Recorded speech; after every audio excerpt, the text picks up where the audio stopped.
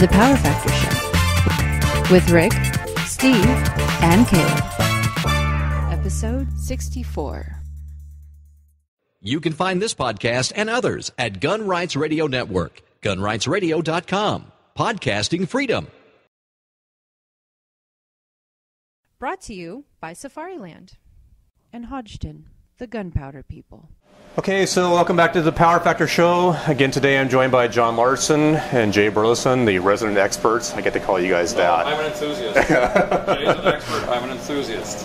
And I'm in learning mode all over again. So today we're going to talk about the different shotgun sport games, kind of from a high level perspective. I was probably going to say that for me, I can literally trace my shotgun shooting right back to this. This is like an artifact from the 50s. This is, yeah, it should be in a museum. So probably like the NRA museums where I should donate it to next. But at any rate, this is a hand trap thrower, and I think for a lot of people who are into shotgunning, it really kind of starts with something like this, where you go out to a gravel pit, you put your clay pigeon like this into here, and you flick it. Today, you find things that are made out of plastic that do the same thing, but this is a good old Remington made from wood and, honest-to-God, metal. And this is really, for me, how it all started in terms of shotgunning. My dad and I would go out to a gravel pit, and we'd get fancy, because we were pheasant hunters, we would throw things straight away, and then when we were hunting doves, you'd kind of throw things way up in the air to try to hit high stuff, and then to simulate, birds going away at angles, we'd, flick it sideways so they'd pull off, things like that. So at any rate, I started out with that, and then later progressed to honest-to-God trap shooting from the 16-yard line. I shot Skeet once, and I think I hit 2 out of 25 and was still so thoroughly disgusted with it, I swore I would never do it again. Like my first trip. Until you and I have recently, that was the second time I'd ever shot Skeet. I'm happy to say that I did much better the second time, but boy, the first time I was humiliated, I can tell you that. So Jay knows a lot more about the different sporting games than I do. So I think we're going to talk trap, continental, bunker, Skeet, 5-stand, sporting clays, and did I miss anything? That's about 2 hours right Yeah, there. right. So let's start with trap. Trap as a sport started with live birds. Back actually the first documented reference to it in any kind of sporting journal at the time was in 1793 in England. Yeah. And they started with holes in the ground, live birds in the hole, and a top hat covering it with a string on it. And when the shooter called pull, meaning pull the string, move the top hat, and the pigeon would jump out, and they would shoot him there. It evolved from... Now, apparently they had to stay within a certain course also that... Well, to a certain degree, it evolved rules and things like that to kind of standardize it. And live bird shooting was popular up into the early 70s in Mexico and Spain predominantly. Well, apparently they're still doing it because Will, and I don't know where it was, but Will Medlicott was saying that one of his friends was going to go shoot pigeons, and I thought he was going to go out hunting pigeons. He said, no, it's a pigeon event, it's live pigeons, and it's like, wow. Yeah. So I think that was South America. There may be some places in the States, but they're not advertised. Yeah, I would imagine not. You gotta know who to see and who to do it. And you got to take a lot of money with you. Right. Typically, bets are $10,000-$20,000 on the line. Wow. For each shot. Each shot? Yeah, for each shot in the pigeon. Holy crap. If you win, you can win big. Yeah. Anyway, You can lose big too. Yeah. It started out with live birds because that's really all that they had, and there were plenty of them back in that time frame. Then, as the sport got organized, rules started coming up. With as far as where the target had to be shot at, the bird had to be shot at, where it had to land to score effectively, and that kind of thing. In the mid-1800s, the different types of targets were started to be developed instead of live birds. The glass target. Glass balls. You had glass balls filled with feathers. Yeah.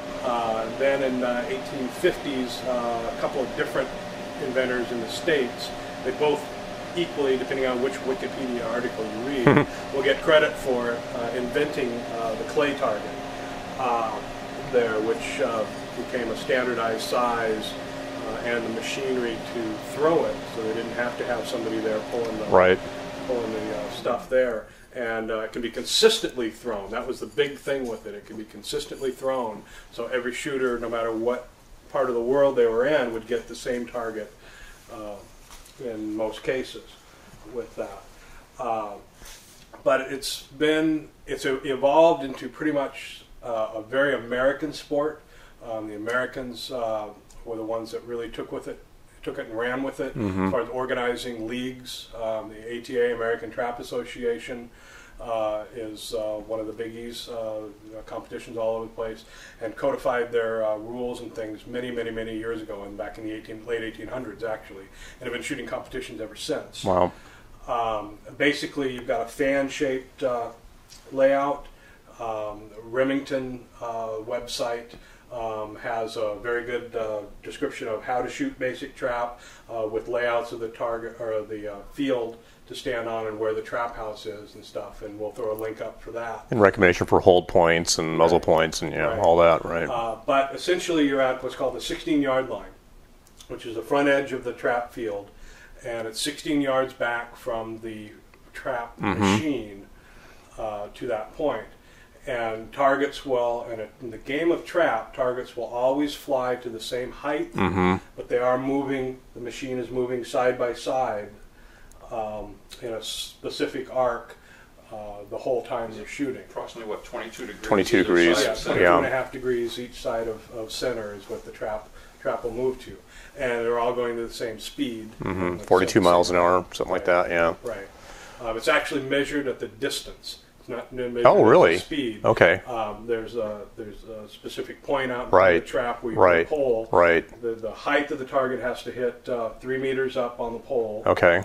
And then go a certain distance. Okay. That way you don't have to deal with how do you measure the speed of it. Right. You just, is it falling to the right spot? And change the spring if it's not with that. And I would imagine back in the day, since there was probably no mechanism in the 1800s to try to measure speed of anything, probably haven't been invented yet, that distance. Exactly. So, people can measure distance, that's easy, and height. Everything's been standardized for over 100 years, so it is universal from one point to the other, anywhere in the States for sure, that you go, that if the machine's in correct operating condition, you'll get the same targets. Right. Most all trap or shotgun games are based on 25 targets. Trap, 25 single targets. You get one shot at each target. At the front edge of the shooting line where you're standing, there's 5 specific positions that are approximately 1.5 yards apart from each other. And a squad of shooters, you can do up to 5 shooters. Well, one will stand at each position. And the person on the far left is called the leadoff man, or the squad leader in a competition. And that person will start the round, and every person shoots a single shot in rotation till they've all shot 5 from the position they're standing at. And then everyone moves over one post. And if you're at the end post, you come back around to post 1. And now that's a good point to talk about safety. Correct. Yeah. Every time you move on a shotgun field, when you're dealing with shooting, you always want to move behind the shooters on the line. If you're changing from post 5 to post 1, with that, you don't want to be walking in front of them. In theory, everyone should have open and empty firearms anyway, but that is a requirement in the rules actually to walk behind the shooters. Right. One of the other small etiquette things to watch for, if you're on the far right post, you've got another shooter right over here to you, and if you holding it over and under and you turn this way, you just swept them. No, not sweeping them. Hit the barrels. Barrels that close. Yeah. Okay. Yeah. So a little thing to remember is always turn to your right. Turn away. Changing positions there for right-handed shooters, especially. And have your gun empty when you change stations. Yeah. Gun empty when you change positions. But the game is fairly simple as far as trap games or clay target games go, because, like I said, the target is always going to the same height, and there is such a small range of motion between it there. So your gun movement is very, very little, even at the extreme sides there. The game of trap also allows you to start with a mounted firearm. Right. So everything is up and you're ready to go, and you just call for the target and shoot it and break it. Hopefully. Yeah, and hopefully. So in one sense, it's the easiest game. In another sense, it's one of the hardest games because it's very hard to focus on a relatively simple task to keep it mentally 25 times over. For 25 times over, Yeah. or in a competition, 100 targets. You Right. do 4 sets of 25 Right. to get 100 targets. Right. Most organized competitions, you don't stand much of a chance if you don't get 100 straight. You'll get into the shoot-off then, which could go on and on and on. But to really get into the winning section, you've got to be able to have the mental focus to hold your game together through whatever weather conditions you'll get from one set of 25 to the next set of 25. Whatever your other shooters are doing or how they're doing next to you. It's got a real mental focus. A lot of trap shooters will have cardboard things on the side of their shooting glasses. Blinders, so sort of, like horse blinders, yeah. So they can't see the shooters next to them. And a lot of them will, while everybody else is shooting, will be looking down at the ground because they don't want to see whether they hit or missed. Not because they don't want to know about their score, but if everybody else misses, that just, he missed. Wow, I might miss too. Yeah. So the mental focus is very, very important with trap, more so than any of the other games, I personally think. You still need it for all of them, but it is very important. But it's an easy game in the sense that you can jump in with just about any shotgun and do it. You don't have to have a multiple barrel gun or hold 3 in your semi-auto or whatever. You can do it with any kind of single barrel, double barrel, whatever you got. You can shoot the game of trap. And so that's why almost everybody starts off that way at the trap field in shooting. Yeah. So I was thinking back the first time I shot trap, and what a travesty that was. But I didn't know what to do, and my good friends whom I was with didn't tell me what to do. So I showed up with an 870, and I don't know what I'm doing. So so there's a station, so I go over and stand there, and they're all putting a shell in there. I don't know what's going on. So I start stuffing shells in the tube, and get reminded, don't do that. Right. Yeah, it's so when you go out and you start shooting, Jay's a range master, and I've seen a lot of at the club that I shoot at, and I've seen a lot of people come in that are first timers out there, and he'll spend a lot of time with them, telling them what the basics are of the game and what the safety considerations are of the game. So if you go out and you don't have somebody to go with, you just want to go and see what it's like, talk to the range master of the range that you're at, of what's expected of you and what the etiquette is and what the safety considerations are for the game. And when we do when we do our dedicated episodes, we'll obviously untrap, and we'll go through all this so you can see what the process is and how things are done. So, but it's very important. Instead of a rifle or pistol range, you might be standing in line with a whole bunch of people. But anytime somebody goes and does something, they're setting the gun down and going to do it. In a shotgun range, you're standing next to 4 other people or another group of 5 there. Right. Everybody's doing something. And the guns are moving. Yeah. Guns are moving. You're moving, and things like that. So safety and etiquette is very important. And like I said, John said, talk to the range master if you're in an organized range. If they're busy with something, most any of the other people shooting, don't hesitate to ask. They don't want to be out there on the line when you're having problems just because you don't know the answer with that. So don't hesitate to ask, and even watch. Take the time to watch a squad of shooters shoot. You can learn a lot just by watching another group shoot, how they do it, right? If you're paying attention and actually watching what they're doing, and really, taking it all in, you can pretty much figure it out for the most part. Yeah. Yeah. The next game that's popular has no organized rules or anything like that. Around here we call it Continental Trap. I should mention before you go to Continentals that there's also the other 2 games of Trap, which is the handicap and then doubles. We can go back. Just from a from a high level standpoint of handicap is Trap starts at the 16-yard line and goes back to 27. If you're good enough to get back to that distance. Better at any rate. So, it's a one-shot game, one bird, one shot. Just as that you get better after you break 25 or whatever in competition at 16. After you achieve a certain score, they'll back you up. Percentage of targets that you hit out of your last 100. Right. It gives you your yardage, and it's 3-yard increments.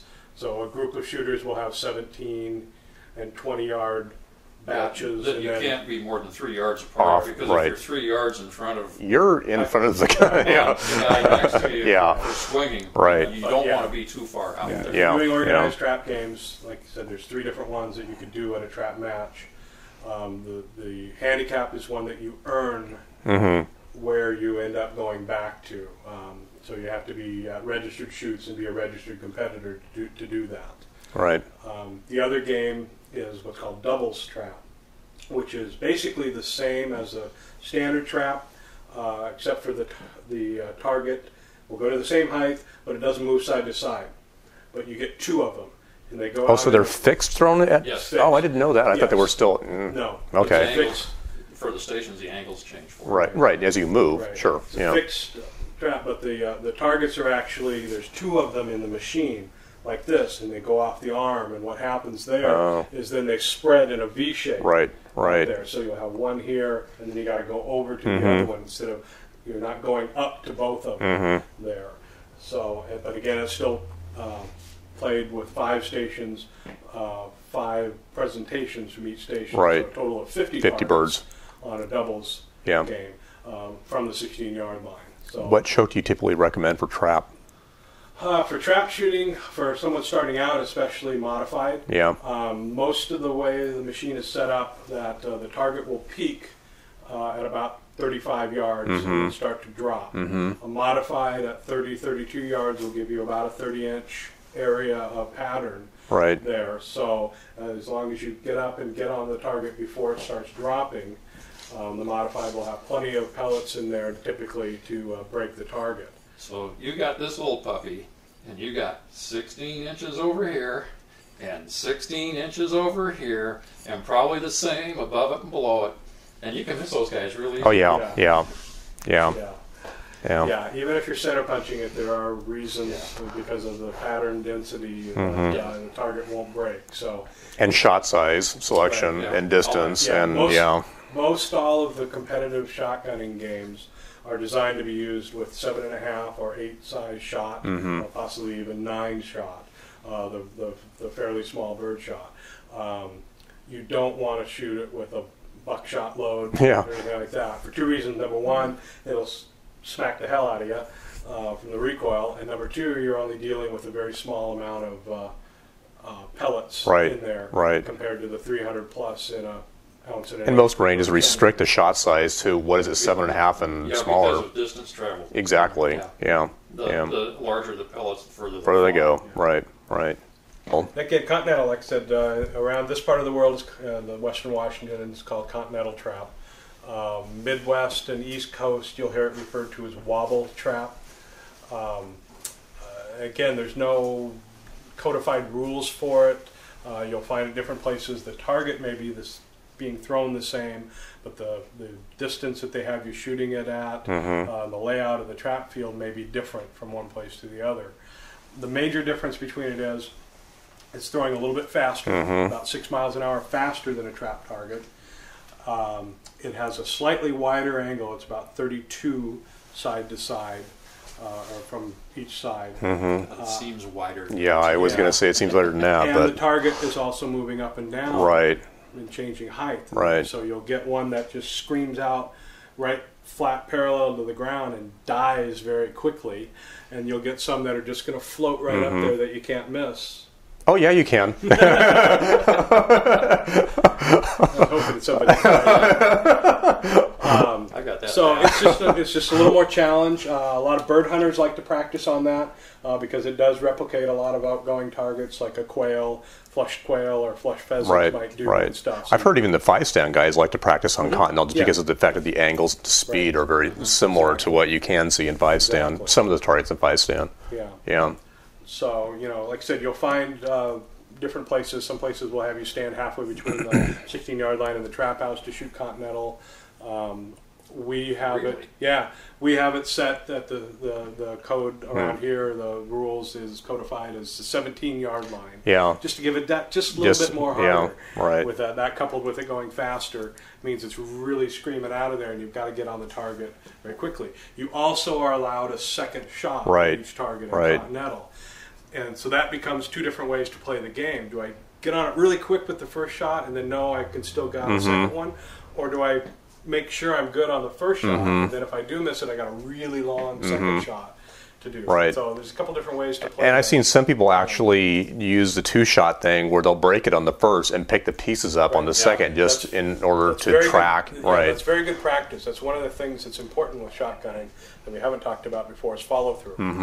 Even if you're shooting trap and you break it on the shot that you've got, I see a lot of people. They pull the trigger and then they're pulling the gun down to see what happened.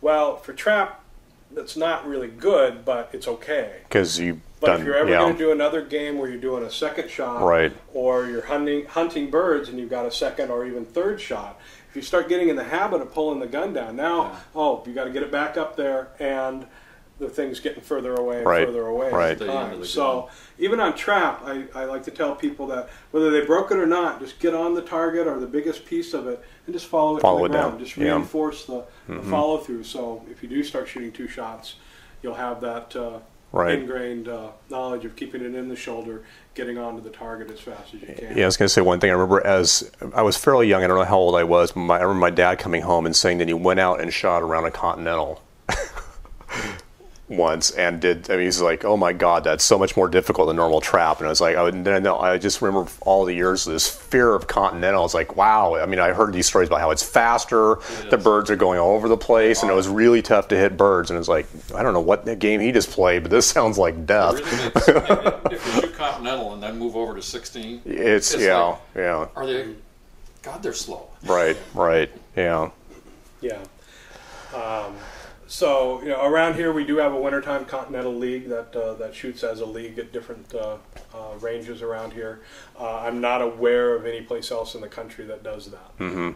So like I said, it's just somebody just decided, hey, let's bolt another motor on the trap machine and make it do this, and we can throw some fun and interesting stuff out there. You may or may not find it at your local shooting range, but if you do, it's a lot of fun. And a lot of times, actually, the machines may be set up for normal trap, but with the flip of a switch and God knows what, they can make them do these other things. So, pulling on the spring. And just kind of as a sidelight, most places you'll go to shoot trap now all have automatic trap machines. It's all electronic and loads of targets in the trap machine, so they'll just keep throwing. Some smaller places, not picking on the Midwest, but out in the boonies, perhaps you still might find some handset stuff. Some ranges will have a special spot for people, a little covered pavilion and then a handset trap that's just a larger version of that with heavier springs, where you just load one target in. Somebody pulls the rope and off it goes and stuff. You can still have a lot of fun with that, but the difference is you're not going to get one going as fast as a real automatic trap machine, right? Nor the consistency of the target there. And so you'll never see something like that used in a competition. And what you're also seeing these days is the voice release trap machines versus somebody back there with yelling pull and having them hit the thing. And the common complaint with having slow pull, someone scoring and pushing a button to throw a target is, especially in the modern era where everybody is required to wear hearing protection. Right. 40s, 50s, 60s, nobody had hearing protection out there. So the person calling or pulling the targets, pushing the button, could hear quite clearly when somebody called for it. When you start getting hearing protection on stuff like that, slow pull is what the problem is. They'd hear somebody call pull, but they did call pull and they push the button. The voice microphones have alleviated that tremendously. As soon as you open your mouth, you're responsible for the target coming out with that. The downside to it is when you're shooting the trap games like that and it's got voice microphones, you can't talk and joke and curse when you miss and things like that, because anything you say will throw a target. So beware of that when you're going to a range. If you've got a field where basically you and your buddies are the only ones shooting, Most ranges would have it set up where you can also manually pull. Right. So you don't have to use the microphones there, and that way you can help coach someone or that kind of stuff. Yeah. For the most part of the competitions, you'll see microphones out there. Okay, moving up in difficulty, as far as the game's called Trap. The most difficult one is can be done by many different things: Olympic Trap, International Trap, or Bunker. There are some rather significant differences in that game. Number one is that it will kick your ass. It is very, very hard. When they talk about shooting trap in the Olympics, that's the game you'll watch them shoot. It's a standard trap field is slightly curved at the shooting position. Olympic trap, it's a straight line, and that just makes the outside edges a little more difficult than curving back in there. It's moving significantly faster. They can standard trap is roughly 42 miles an hour off the arm. The continental trap is about 50, 51, 52 miles an hour off the arm. International trap will move anywhere from 65 to 90 miles an hour. Oh my God! So they're just screaming out there. So it's, you've really got to be focusing on the target and getting it on their first shot out. Again, you can do 2 shots on it, but you've really got to get on it, and it becomes a major difference in the speed of your swing and the amount of lead that you have to give the target compared to a slower moving one.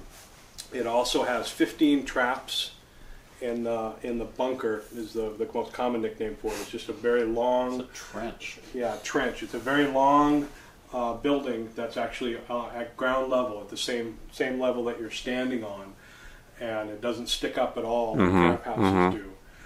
And within there's 15 trap machines.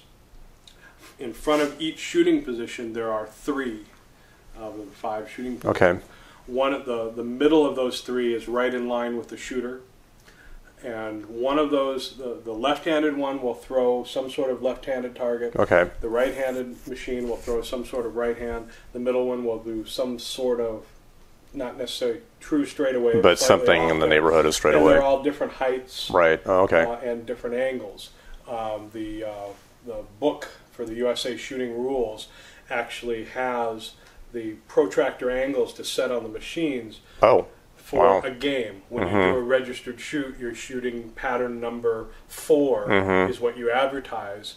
So someone can go to their local mat or club if they have a bunker and set it up to that same exact one and practice that targets there. It's similar to 5 stand, and they're different cards, so you get different target right. Yeah. When you stand at a target, it's all computer operated for throwing the targets. Okay. So it's a random selection of those 15 targets. Just going to ask how it, Right. You will get all 15 of them, every single time. Okay. And 10 of them will be repeats. You'll never have more than 2, however, of the targets presented. My understanding was that each shooter at each station will get a straightaway and 2 rights and 2 lefts. Correct. But they won't necessarily be in that order. Oh, any kind of order. Right. Yeah. It's a completely random Okay, order. So right, they get 3 straightaway targets. Oh. And then 1 left, and then 4 rights. Yeah, Or some yeah. bizarre So you combination got to have of a that. computer to keep track of that for the 6 shooters. Right. So, like I said, when you call pull, one of those 3 traps will throw for you. And then the next shooters will go on. The other difference in the international trap is that instead of shooting 5 shots from that position and then moving, you shoot 1 shot and then you move positions each time. Right. So you have to set up every time you shoot. target. You got to get your position and get your stance ready for each target instead of being able to lock that in for 5 targets in a row. Right. With that, they actually do 6 people on a squad in an international one because you're moving every target. The 6th person sits out 1 session of targets. Okay. So you got 1, 2, 3, 4, 5 shooting, And 6 one guy guys in the waiting. hole, so to Now when it's speak. time to Right. shift, he moves to post Right. 1. Okay. And that. So there's an extra person in that.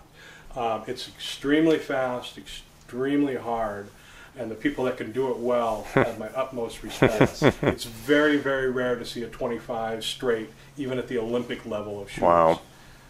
It happens, but it's pretty tough. There's very few international traps in the country.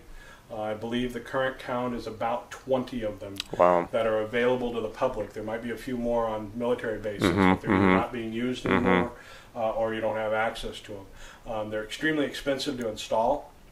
15 machines would be, right? And then the computers to run it. Right, system to run it, around here, Renton Fish and Game has one that operates during the summer months usually.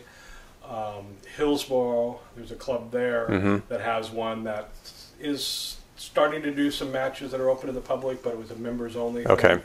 And there's 2 international trap at Vancouver, BC, left over from when they had the Olympics there. All right. That would make sense. And then Missoula, Montana. And that's it in the Northwest. Wow. A couple in California, Texas, and stuff. So they're few and far between. And that's unfortunate in the sense that it takes someone very, very dedicated to want to shoot it, because if you want to shoot a lot, you've got to travel a lot. A tremendous amount to get there, or get sponsored and join, become a USA shooter. Join the Army. Or join the military, the Army has a international bunker team. The Air Force has an international team. I've not heard that the Marines are doing international or any trap stuff lately, and I know the Navy doesn't, unfortunately. But yeah, we've had USA Olympic team members shooting at Renton Fish and Game Club doing bunker matches. We've had some of the guys from the Army team and the Air Force team shooting there, and it's just a pleasure to watch these guys crush those targets, because it's very, very difficult. But don't let that stop you. Come out and try it. You may find you're a natural. Yeah, I may have to try it this summer. I'll really be humiliated. So that's the 3 main trap games. And the difference between anything that's called trap means that the target is in a machine in front of you and goes more or less away from you. Right. When you say something is trap, that's trap or trap style, that's what it is. Yeah. A lot of people just call everything trap, everything is skeet. Right.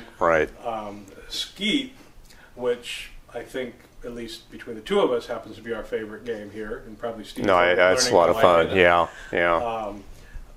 Is a little different in the sense that it started in the 1820s with a gentleman back in Connecticut, I believe, that one day just set a trap machine up for it to throw targets from, if you imagine a full clock, you set the machine at 12 o'clock, throwing the target towards 6 o'clock.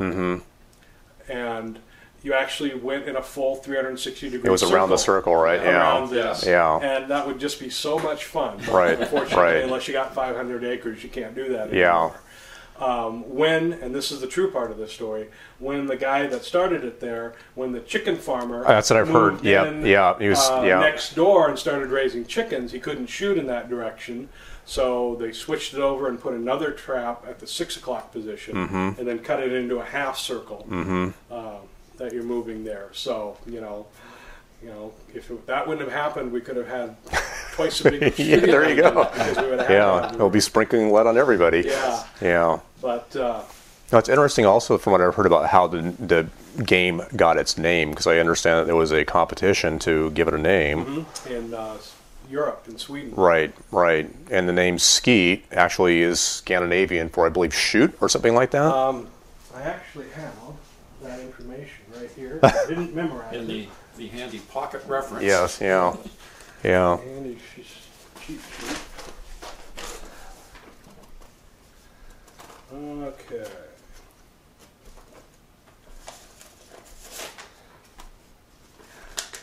Yes, the winning entry was Skeet, chosen by Gertrude Hurlbutt. Hurlbutt? Hurlbutt, yeah. The word Skeet was said to be derived from the Scandinavian word for shoot, which is Skyte, S-K-Y-T-E, however they actually pronounce it there. So, but as I said, instead of I'm not going to. a line like you have for trap shooting, where you're shooting everything away from you, Skeet now actually has 8 stations. And it's a full half circle from one machine is in each corner of that. And then there's a station in the middle directly between them there. And you work your way around there. So what that does with the machines on the corner, and they're throwing across the field from both directions. Right. Now you suddenly get tremendous variety in the angles of the targets you're appearing Yeah. You do. Yes. Yeah. all the way from And the concept of leads all of a sudden become part of your Every game, time- unlike trap, where pretty much everything's straight away and very little lead, if any. Every time you change position, you have to change the lead of the target on there because it's all moving the same speed, but it's appearing to move significantly different in your vision because of the angle that you get. From starting with it where you're actually literally under one of the traps, which is called the high house, which is because it's off the ground. Right. The other one on the other side is called the low house because the trap is literally on the ground. You're starting almost underneath the high house, and you've got one target from the high house that goes out. It's just like a floating trap target straight away out there. But now you've got this one coming from the other one that's coming this direction. Right. As you move into the circle, the half circle, at position 4, you're looking Everything at is them crossed. across Yeah. them, Yep. You're perpendicular to them. Right. Back to the reverse on the other side. And then you move into the middle at station 8 where you attach your bayonet and you can actually stab it as they go by because they're literally only about 5 yards above you as they cross from above you there. So it's radically different in the style of shooting that you have to do compared to trap. It's also much more social because you have a squad, but only one person steps up to the shooting position and the rest of the squad waits. Or ridicule them. Or ridicule them. Yeah. Coaching's a good way to put it. Exactly. Yeah. While And you then shoot. critiquing. And then the next person swaps position with them. So everybody shoots at one position in the squad and then moves to the next one and that. So it can be much more social because instead of having everybody there where you're shooting one right after the other, you've got time to chat and critique and ridicule and all that good stuff. And one of the things I heard about Skeet, or at least the origin of the game, is that it was really designed for hunters. I mean, it was people, because the idea was that it would pretty much simulate everything that you would see in the field. Yeah, it does. It does. I mean, you've got the birds going over your head, coming at you, left to right to left. Yeah. Yeah, between continental trap and Skeet, you've got 90% of what you ever see in the bird field, especially nowadays, with the decline of the bird population out there. So they're both extremely good for practice. Right. Trap, shooting a shotgun is still shooting a shotgun, but trap really isn't that great of practice for hunters, with the exception of if you're practicing from a hunting low gun position there, and you've not really done it before. Trap is a good place to start there to learn how to move smoothly from a low position up to the shooting position instead of starting with a mounted gun. Skeet has both individual targets where you're shooting them one at a time and also pairs being thrown. When you shoot Skeet, a quick little etiquette thing here, load 1 shell for the singles, only load 2 for the actual pairs. That way you just don't forget and have all that kind of stuff.